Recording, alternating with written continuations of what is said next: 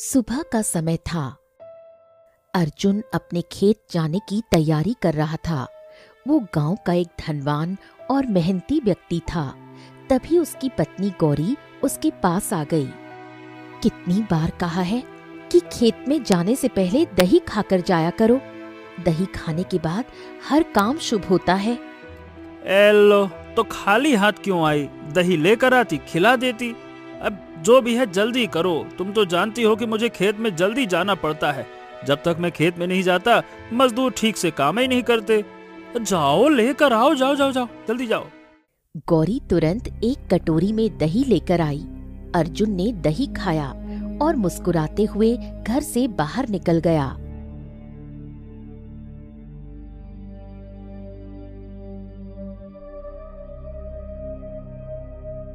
कुछ देर बाद अर्जुन अपने खेत पर पहुंचा। तभी वहां उसके पिता हरिया का साझेदार धनीराम आ गया। अर्जुन, अरे भाई, अब से इस खेत में तुम्हें आने की कोई जरूरत नहीं है। ये सुनकर अर्जुन चौंक गया। हैं? ये क्या मजाक कर रहे हैं आप धनीराम जी? ये कैसी बात हुई? ये मजाक नहीं, सच है अर्जुन। तुम्हारा पिता सारे खेत की फसल लेकर भाग गया और अभी तक वापस नहीं आया। उसने मेरे साथ बेईमानी की है, बेईमानी। ये सुनकर अर्जुन और अधिक चौंक गया। देखिए, ये बात तो सच है कि पिताजी अभी तक वापस नहीं आए, लेकिन इस बात से मेरे खेत में नहीं आने का क्या संबंध है? अब आप मेरा खेत थोड़े ना मुझसे छीन सकते हैं। ये क्या बात हुई? धनीराम क्रोधित हो गया। खेत नहीं छीन सकते तो ठीक है भैया, इस बात का फैसला पंचायत में होगा। सीधी तरह से मैं कहता हूँ चले जाओ यहाँ से, नहीं तो मुझे तुम्हें अपमानित करके धक्के मारकर बाहर निकालना पड़ेगा। चलो निकलो यहाँ से। अरे आप तो एकदम सरई पे चढ़ते जा रहे हैं। ठीक है धनीराम जी, अब तो फैसला शाम को पंचायत में होगा। ठीक है, देख लेंगे हम भी। इतना कहकर अर्जुन वहाँ से घर लौट आया। घर पहुँचते ही गौरी ने अर्जुन की ओर आश्चर्य से देखा। आज इतनी जल्दी कैसे आ गए? अर्जुन ने पूरी घटना गौरी को बता दी। हाँ, पिताजी को अब तक वापस आ जाना चाहिए था। धनीराम पिताजी पर बेईमानी का आरोप लगा रहा है और उसने मुझे मेरे खेत से भी बाहर निकाल दिया। मैं ससुर जी से हमेशा कहती थी कि धनीराम की नीयत में खोट है, उसके साथ व्यापार तोड़ दीजिए, लेकिन पिताजी नहीं माने। पिताजी की गैर मौजूदगी में आखिरकार उसने अपना असली रंग दिखा ही दिया। अरे तुम चिंता मत करो गौरी, आज शाम को पंचायत बैठेगी। पंचायत में धनीराम को ऐसा सबक सिखा दूंगा कि उसका दिमाग ठीक हो जाएगा। नहीं तो। शाम के समय अर्जुन गांव की चौपाल पर पहुंचा। वहां गांव का मुखिया और कई बुजुर्ग पहले से बैठे थे।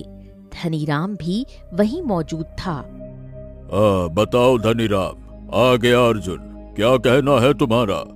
हाँ तो मुखिया जी, आप तो जानते हैं कि मैं और अर्जुन के पिता हरिया मिलकर साथ में व्यापार करते थे। हर बार हरिया खेतों की फसल केशव नगर राज्य में बेचने के लिए जाता था, लेकिन इस बार हरिया को गए हुए 3 महीने से अधिक हो गए और वो अभी तक वापस नहीं लौटा है। अर्जुन क्रोधित हो गया। हाँ तो मेरी भी सुनिए मुखिया जी, इस बात से कोई इनकार नहीं कर रहा कि पिताजी अभी तक वापस नहीं आए, लेकिन धनीराम जी से पूछिए कि इसने मुझे खेत से क्यों निकाला। मुद्दे की बात तो ये है। अरे भैया, अभी तो तुम्हें खेत से निकाला है बेटा जी, कल तुम्हें तुम्हारे घर से भी निकाल दूंगा। ज्यादा नौटंकी की तो नहीं तो। ये सुनकर अर्जुन और क्रोधित हो गया। अरे ऐसे कैसे निकाल दोगे? क्या तुम्हारे बाप का राज चल रहा है क्या, जो मुझे मुंह उठा के घर से निकाल दोगे? हैं? बात करते हो फालतू की, घर से निकाल दोगे? मुखिया क्रोधित हो गया। अरे अरे बस बस बस बस, बस। तुम दोनों चुप रहो। देखो भाई, मैं गांव का मुखिया हूँ, मैं जो फैसला करूंगा वही अंतिम फैसला होगा। मुखिया ने धनीराम की ओर देखा। हाँ धनीराम, देखो भाई, ये बात सच है कि हरिया अभी तक वापस नहीं लौटा, लेकिन इस बात से अर्जुन के खेत और घर का क्या संबंध है? फसल का हिसाब अलग होता है और घर खेत का हिसाब अलग होता है। ना ना ना ना ना ना ना ना, अलग नहीं है मुखिया जी। हरिया ने जाने से पहले मुझसे 100 सोने के सिक्के उधार लिए थे। अब वो भी नहीं लौटा और मेरी फसल भी उसके साथ चली गई। इसीलिए उन 100 सोने के सिक्कों के बदले मुझे हरिया का खेत और उसका घर चाहिए। मुखिया गहरी सोच में डूब गया। ये बताओ, क्या तुम्हारे पास कोई सबूत है कि हरिया ने तुमसे 100 सोने के सिक्के लिए थे? बताओ। नहीं नहीं, अब इसमें सबूत जैसी क्या बात है मुखिया जी? अरे भाई, हम दोनों मित्र थे और वर्षों से व्यापार कर रहे थे। लेकिन आपके पास क्या सबूत है कि हरिया की नीयत खराब नहीं हुई और वो फसल लेकर नहीं भागा? ये बताइए। मुखिया कुछ देर सोचता रहा। देखो भाई, इस बात का फैसला तो तभी हो सकता है जब हम तीनों, यानी कि मैं, तुम और अर्जुन, केशव नगर राज्य चले और मंडी में पूछताछ करें। अगर हरिया मंडी नहीं पहुंचा तो हम तुम्हारी बात मान लेंगे। मतलब हरिया चला गया, उसने गबन कर लिया। और अगर वो मंडी पहुंचा था और फसल बेच चुका था तो भाई फिर हमें उसका इंतजार करना होगा। और अगर फिर भी वो वापस नहीं आता है तो हमें राजमहल जाकर महाराज से इस विषय पर चर्चा करनी होगी। ये भी संभव है कि रास्ते में डाकुओं ने उसे लूट लिया हो या फिर वो किसी हादसे का शिकार हो गया हो। अब इन सब परिस्थितियों में उसकी नीयत कैसी थी, चोरी की थी कि नहीं थी, ये पहले पता करना होगा। ये सुनकर अर्जुन पूरी तरह चौंक गया। पहली बार उसके मन में पिता को लेकर गहरी चिंता पैदा हुई। अगले दिन मुखिया, अर्जुन और धनीराम बैलगाड़ी से केशव नगर राज्य की ओर निकल गए। दोपहर तक तीनों केशव नगर पहुंच गए और मंडी में जगह जगह पूछताछ करने लगे। मंडी का एक बड़ा व्यापारी मुखिया से बोला, देखिए, हम तो हरिया का इंतजार करते ही रह गए। हरिया की फसल हम ही तो खरीदते हैं, लेकिन हरिया इस बार मंडी आया ही नहीं। ये सुनकर धनीराम मुस्कुराने लगा। इसके बाद तीनों वापस घर लौट आए।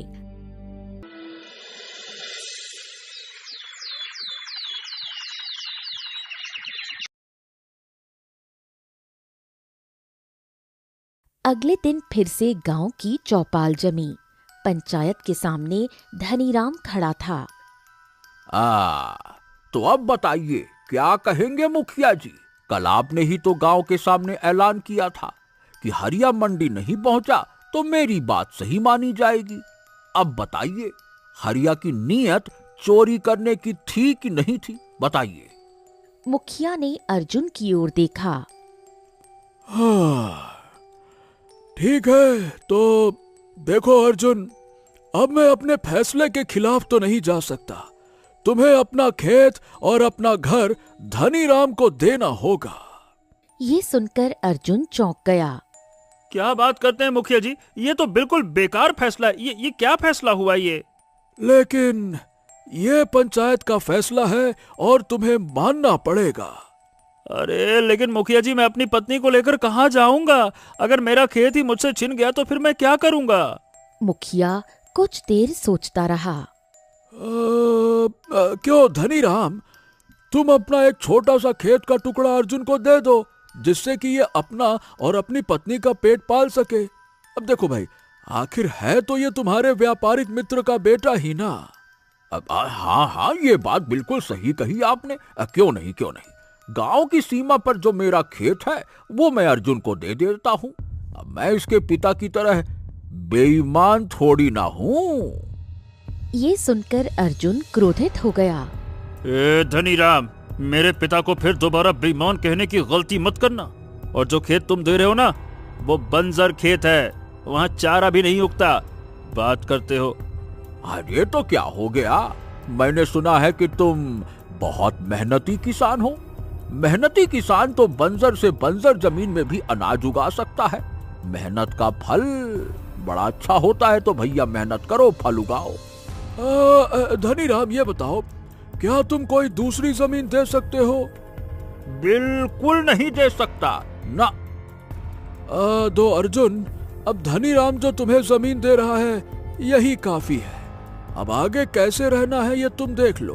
पंचायत का फैसला यही है, बस। इतना कहकर पंचायत समाप्त हो गई।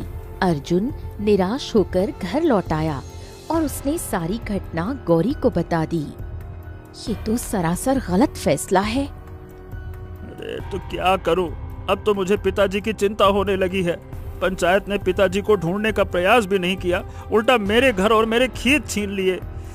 समझ नहीं आता कि अब करूं तो क्या करूं मैं। इतने में धनीराम वहां आ गया। अर्जुन, अरे भाई बेटा अर्जुन, मैं तुम्हें 2 दिन का समय देता हूँ। 2 दिन बाद ये घर खाली कर देना, है ना बेटा?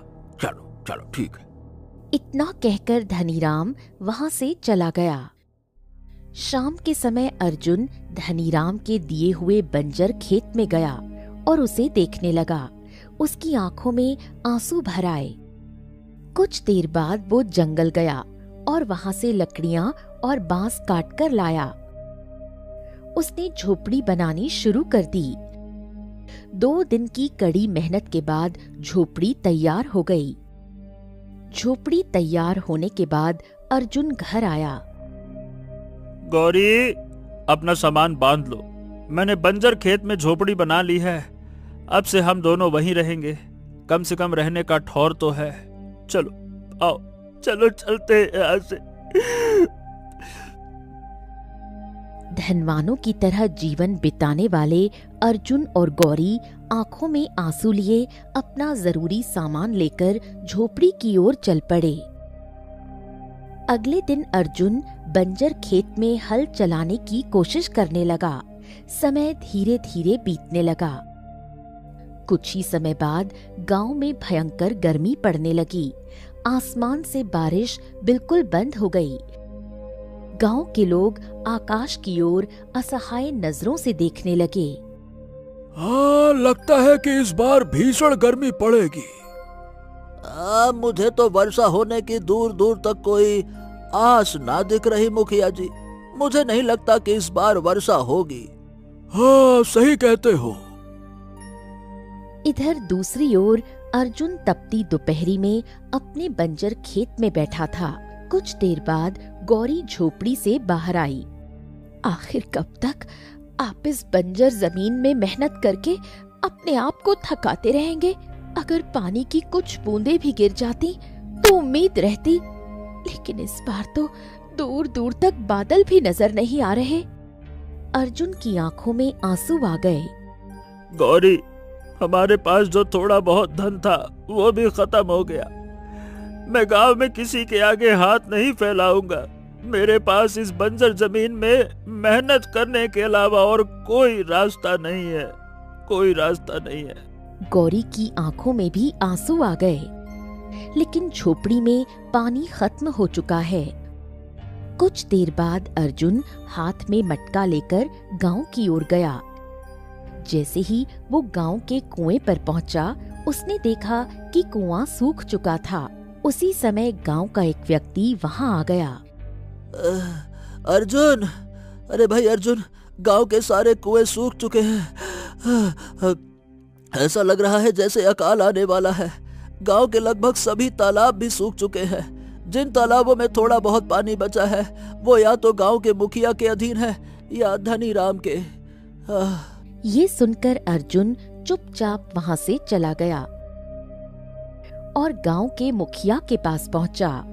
अर्जुन ने जैसे ही पानी भरने की कोशिश की, मुखिया ने उसे रोक दिया। रुको रुको रुको, क्षमा करना अर्जुन, कुएं में पानी थोड़ा ही सा बचा है, वो मैं तुम्हें नहीं दे सकता। वो मेरे परिवार और कुछ गांव के खास लोगों के लिए है। मुखिया जी, मेरे घर पर एक बूंद भी पानी नहीं है। मेरी पत्नी प्यास से परेशान है, उसकी तबीयत खराब हो जाएगी। ऐसा ना करिए। मैं कुछ नहीं कर सकता। धनीराम के कुएं में अभी थोड़ा पानी बचा है, तुम वहां जाके पानी ले लो। ये सुनकर अर्जुन धनीराम के कुएं की ओर चला गया। अर्जुन धनीराम के कुएं पर पहुंचा, लेकिन धनीराम ने उसे पानी देने से साफ इनकार कर दिया। निराश होकर अर्जुन खाली मटका लेकर अपनी झोपड़ी वापस लौट आया और टूटकर रोने लगा।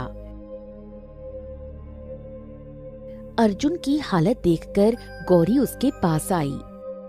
निराश मत हो, अब मुझे प्यास नहीं लगी है। अर्जुन कुछ नहीं बोला। उसने अपने आंसू पोंछे और झोपड़ी से बाहर निकल गया। तपती दोपहरी में वो अपने बंजर खेत की ओर देखने लगा। दूर से एक गधा ये सब देख रहा था। उसकी आंखों में आंसू आ गए और वो दौड़ता हुआ जंगल की ओर भाग गया। कुछ देर बाद गधा जंगल में एक वृक्ष के नीचे जाकर रुक गया। वहाँ एक साधु बैठा था। साधु ने गधे की ओर देखा और रहस्यमय मुस्कान के साथ बोला, मैंने सब देख लिया है। इतना कहकर साधु ने अपना हाथ बढ़ाया। उसके हाथ से निकली रंग बिरंगी किरणें गधे के शरीर पर पड़ी। मैंने तुम्हारे अंदर चमत्कारी शक्तियां डाल दी हैं। इसके बाद साधु गधे के पास गया और उसके कान में धीरे से कुछ कहा। गधे की आंखों में चमक आ गई। इधर दूसरी ओर अर्जुन फिर से मटका उठाने लगा। अब कहाँ जा रहे हो? हाँ, पानी का इंतजाम तो करना ही पड़ेगा ना। गांव वालों ने पानी तो नहीं दिया पीने के लिए। जंगल के किसी तालाब से पानी लेकर आऊंगा। बिन पानी तो सब सून है। लेकिन जंगल बहुत दूर है, गर्मी बहुत ज्यादा है, तुम थक जाओगे। क्या करे गौरी, इसके अलावा कोनो चारा भी तो ना है ना। इतना कहकर अर्जुन मटका लेकर जंगल की ओर चल पड़ा। गौरी झोपड़ी के बाहर बैठकर उसे जाते हुए देखती रही। अर्जुन काफी दूर जंगल तक पैदल गया। वहां उसे एक तालाब दिखाई दिया। उसने मटके में पानी भरा और वापस लौटने लगा। झोपड़ी के पास पहुंचते ही गर्मी की वजह से उसे चक्कर आने लगा। उसने मटका नीचे रखा और वहीं बेहोश होकर गिर पड़ा। ये दृश्य देखकर गौरी दौड़ती हुई वहां पहुंची और अर्जुन को उठाने लगी। अर्जुन, अर्जुन उठो, तुम्हें क्या हुआ? उसी समय गधा भी दौड़ता हुआ वहां आ गया। उसकी आंखों में आंसू थे और वो अर्जुन को देखने लगा। कुछ देर बाद अर्जुन को होश आया। उसने गधे को देखा और चौंक गया। है?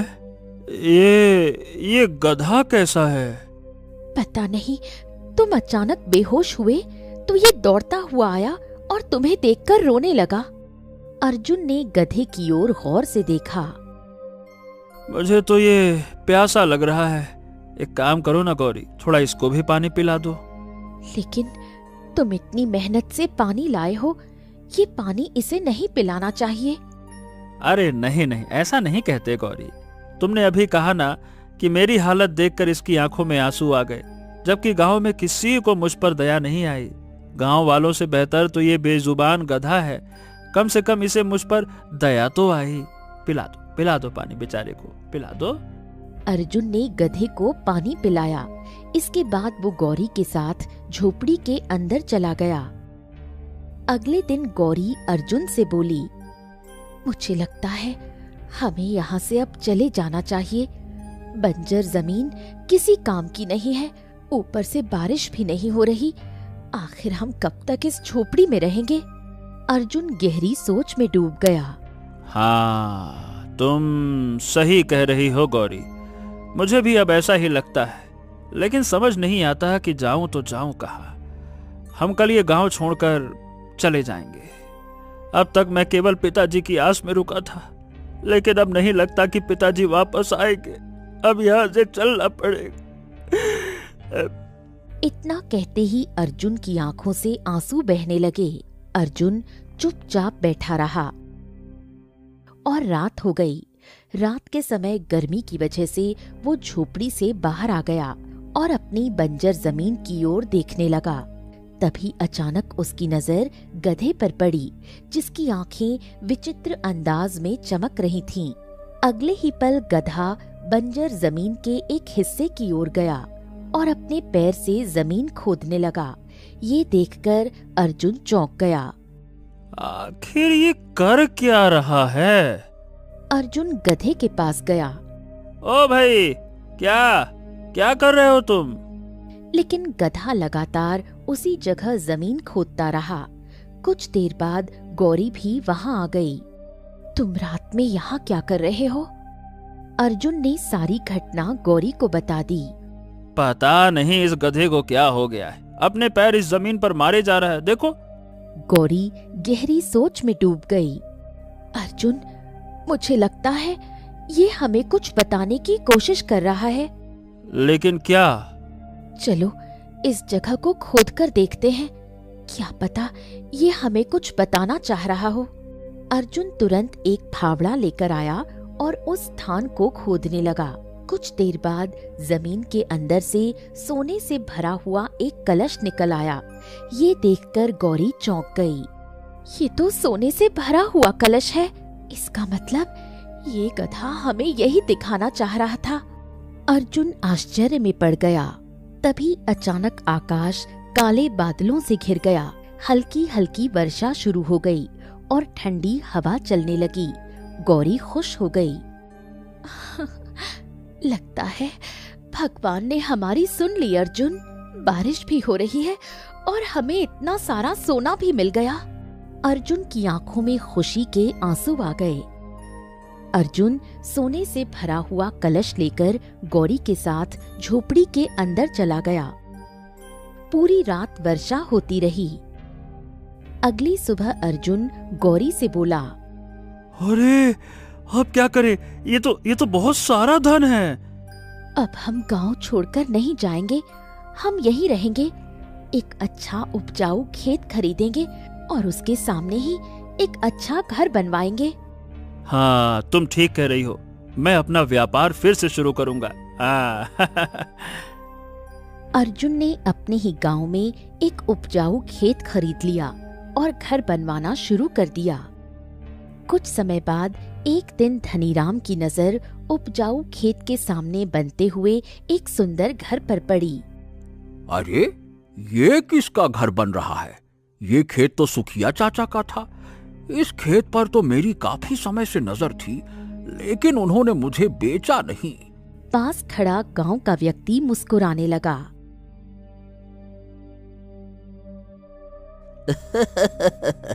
ये खेत अर्जुन ने खरीद लिया है और वही यहाँ पे घर बनवा रहा है। ये सुनकर धनीराम चौंक गया। हैं? अरे लेकिन अर्जुन के पास इतना धन आया कहाँ से कि वो खेत खरीद के घर बनवा ले? अब देखो, ये तो नहीं पता, लेकिन खरीद अर्जुन ने ही लिया है इसको और उसी का घर बन रहा है। इतना कहकर वो व्यक्ति वहां से चला गया। कुछ दिनों में अर्जुन का घर बनकर तैयार हो गया। अर्जुन अपनी पत्नी गौरी के साथ नए घर में रहने आ गया। हमारा समय इतना जल्दी बदल जाएगा, ये कभी सोचा नहीं था गौरी। काश पिताजी भी होते तो कितना खुश होते, है ना? इतना कहकर अर्जुन ने गधे की ओर देखा और उसकी पीठ पर हाथ फेरने लगा। अरे अगर ये नहीं होता तो मुझे कभी पता ही नहीं लगता कि धनीराम के दिए हुए बंजर खेत के नीचे सोना दबा हुआ है। ये जरूर एक चमत्कारी गधा है गौरी। गौरी मुस्कुराने लगी और धन मिलते ही अचानक आकाश में बादल घिर आए और वर्षा होने लगी। हमारी जिंदगी बदल गई और गांव के लोग भी इस गर्मी और सूखे से राहत पा गए। अर्जुन मुस्कुराने लगा, लेकिन अर्जुन ये नहीं जानता था कि दूर खड़ा धनीराम का नौकर बिरजू ये सारी बातें सुन रहा था। बिरजू दौड़ता हुआ धनीराम की हवेली पहुंचा। चल गया, पता चल गया, चल गया, पता चल गया, सारा रहस्य पता चल गया। अर्जुन के पास इतना धन कहाँ से आया, पता चल गया है मालिक। ये सुनकर धनीराम चौंक गया। अरे वाह, तूने तो बड़ी जल्दी पता लगा लिया। अब चल जल्दी से बता कि अर्जुन के पास इतना धन कैसे आया। वो आया है उस गधे की वजह से। धनीराम चौंक गया। ये क्या बकवास कर रहा है? एक गधे की वजह से? बिल्कुल मालिक, एक गधे की वजह से। बात ये है। इतना कहकर बिरजू ने पूरी घटना धनीराम को बता दी। ये सुनकर धनीराम के चेहरे पर लालच साफ दिखाई देने लगा। अरे इसका मतलब कि वो सारा का सारा सोना मेरा है। मैं उस ससुरे अर्जुन को छोड़ूंगा नहीं। चलो मेरे साथ, चलो। धनीराम क्रोधित होकर बिरजू के साथ अर्जुन की हवेली पहुंचा। धनीराम को देखकर अर्जुन चौंक गया। ओह, अब तुम यहाँ पे क्यों आए हो धनीराम? और तुम्हारी हिम्मत कैसे हुई मेरे घर में आने की? हैं? अरे किसका घर? कैसा घर? मेरा घर है ये, मेरा घर। अच्छा, लगता है तुम्हारा दिमाग खराब हो गया है। अब ये घर तुम्हारा कैसे हो गया? फालतू की बात करते हो। मुझे सारा रहस्य पता चल गया है। तुम्हारे बारे में सब कुछ जान गया हूँ। तुम अचानक से धनवान केवल एक गधे की वजह से बने हो, समझे? ये सुनकर अर्जुन चौंक गया और गौरी की ओर देखने लगा। अरे, इसे कैसे पता लग गया? इसके पता लगाने या ना लगाने से क्या फर्क पड़ता है, ये कुछ साबित नहीं कर सकता। धनीराम उनकी बातचीत देखकर बोल पड़ा। तुम दोनों ये पति पत्नी खुसुर फुसुर क्या बातें कर रहे हो? जो कहना है खुल के कहो। धनीराम, मैं कहता हूँ चुपचाप यहाँ से चले जाओ। ये खेत मैंने सुखिया चाचा से खरीदा है और ये घर मैंने बनवाया है। और जो करना है जाकर पंचायत में कर लेना, जाओ। धनीराम क्रोधित होकर वहाँ से चला गया। धनीराम सीधे मुखिया के पास पहुँचा। मुखिया जी, अर्जुन जो रातों रात धनवान बना है वो मेरे धन से बना है, मेरे धन से। उसकी सारी संपत्ति मेरी है, मेरी। मुखिया चौंक गया। ये क्या बातें कर रहे हो धनीराम? अब ये कौन सा नया आरोप लगा रहे हो? अरे पहले तुमने अर्जुन का खेत और घर छीन लिया, अब कह रहे हो कि उसका नया घर भी तुम्हारा है। अब ये क्या बात हुई? अरे बिल्कुल सही कह रहा हूँ मुखिया जी, और मैं ये साबित कर सकता हूँ। अच्छा तो ठीक है, फिर साबित करो। शाम को पंचायत बैठेगी, अर्जुन को भी बुलाया जाएगा और तुम भी आ जाना। इतना कहकर मुखिया वहाँ से चला गया। शाम के समय गांव की चौपाल में पंचायत बैठ गई। अर्जुन अपनी पत्नी गौरी के साथ वहां पहुंचा। कुछ देर बाद धनीराम अपने नौकर बिरजू के साथ वहां आ गया। अर्जुन, धनीराम का दावा है कि जो खेत तुमने खरीदा और जो घर तुमने बनाया वो उसके धन से बना है। मुखिया जी, ऐसा है कि धनीराम है पगला। पगले को कुछ नहीं सूझ रहा। अरे इनसे ये पूछिए कि इनके पास क्या सबूत है, पूछिए। धनीराम ने बिरजू की ओर देखा। ए बिरजू, सारी घटना पंचों को बता। बिरजू मुस्कुराने लगा और सारी बात बताने लगा। मैंने अपनी कानों से सुना है, अर्जुन ने कहा था कि ये चमत्कारी गधा है। इसी की वजह से बंजर खेत में सोने का कलश मिला और उसी से अर्जुन ने ये संपत्ति खरीदी है। ये सुनकर मुखिया चौंक गया। ओह, मैं उस गधे को देखना चाहता हूँ, बुलाओ। कुछ ही देर में गधे को पंचायत के सामने लाया गया। अच्छा अर्जुन, तो यही है वो गधा, है ना? मुखिया धनीराम की ओर देखने लगा। हाँ, तो गधा तो मेरे सामने है, लेकिन क्या सबूत है कि बिरजू जो कह रहा है सच है? अरे सबूत? मेरे नौकर ने अपने कानों से सुना है, और क्या सबूत चाहिए? ये सुनकर मुखिया हंसने लगा। अरे पंच तभी मानेंगे जब ये गधा अपने मुंह से गवाही देगा कि ये चमत्कारी है। ये सुनकर पंचायत में बैठे लोग हंसने लगे। अर्जुन भी मुस्कुराने लगा।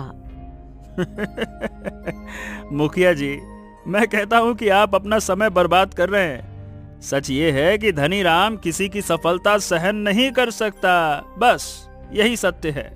ये सुनकर धनीराम क्रोधित हो गया और गधे की ओर बढ़ते हुए कहा। अच्छा, अरे मैं इस गधे को छोड़ूंगा नहीं। रुक जा, तेरी तो है। अगले ही पल गधा रंग बिरंगी किरणों के साथ हरिया में परिवर्तित हो गया। ये देखकर सभी गांव वाले आश्चर्य में पड़ गए। हरिया, अरे तुम गधे के रूप में थे, ऐसा कैसे?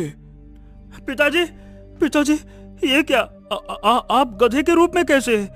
उसी समय रंग बिरंगी किरणों के साथ एक साधु वहां प्रकट हुआ। ओम नमः शिवाय। मैं बताता हूँ तुम्हारे पिता गधे में कैसे बदले। हरिया बैलगाड़ी के साथ केशव नगर राज्य की ओर जा रहा था। चल चल चल चल चल। तभी उसके कानों में एक आवाज पड़ी।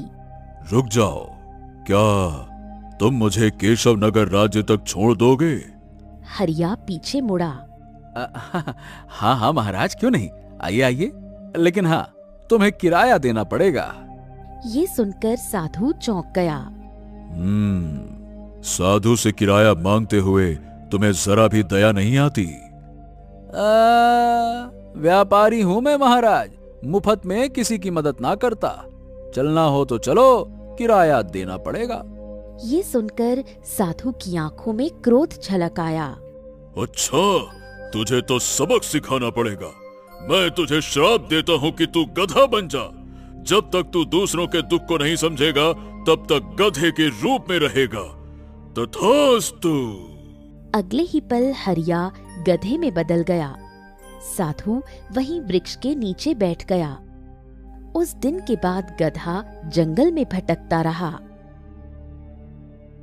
कुछ समय बाद वो अपने गांव पहुंचा और उसने अपने पुत्र अर्जुन को बंजर खेत में खेती करते और झोपड़ी में रहते देखा। ये देखकर उसकी आंखों में आंसू आ गए। वो दौड़ता हुआ फिर से साधु के पास पहुंचा। साधु ने गधे की ओर देखा। समझ गया, तेरे कर्मों की सजा तेरा पुत्र भुगत रहा है। धनीराम ने झूठ बोलकर तेरे पुत्र से उसका खेत और घर छीन लिया है। साधु ने अपना हाथ आगे बढ़ाया और उसके हाथों से निकली रंग बिरंगी किरणें गधे के शरीर में समा गईं। तेरी सजा पूरे होने का समय आ गया है। मैं तुझे ऐसी शक्ति देता हूँ जिससे तू किसी भी बंजर जमीन के नीचे दबा खजाना देख सकता है और तेरी एक इच्छा भी पूरी होगी। बस मैंने धनीराम के बंजर खेत में गड़ा हुआ धन देख लिया था और उसी से अपने बेटे की मदद की है। गांव वालों की परेशानी और अपने बेटे की हालत देखकर मैंने वर्षा होने की इच्छा मांगी है। ये सुनकर सभी गांव वाले आश्चर्य से हरिया को देखने लगे। हरिया क्रोधित होकर मुखिया की ओर देखने लगा। तुम कैसे मुखिया हो मुखिया? अरे तुम्हें ठीक से फैसला करना भी नहीं आता। धनीराम ने मेरे ऊपर झूठा आरोप लगाया कि मैंने उससे 100 सोने के सिक्के उधार लिए, जबकि मैंने कभी उससे कोई एक सिक्का भी उधार नहीं लिया था। ये सुनकर मुखिया क्रोधित होकर धनीराम की ओर देखने लगा। तभी साधु धनीराम की ओर बढ़ा। सारी सच्चाई उगल दो धनीराम, नहीं तो तुम भी गधे बन जाओगे। बताओ। ये सुनकर धनीराम डर गया। मुझे क्षमा कर दो। मेरे मन में लालच आ गया था। जब हरिया फसल बेचकर वापस नहीं आया तो मैंने समझ लिया कि वो किसी अनहोनी का शिकार हो गया।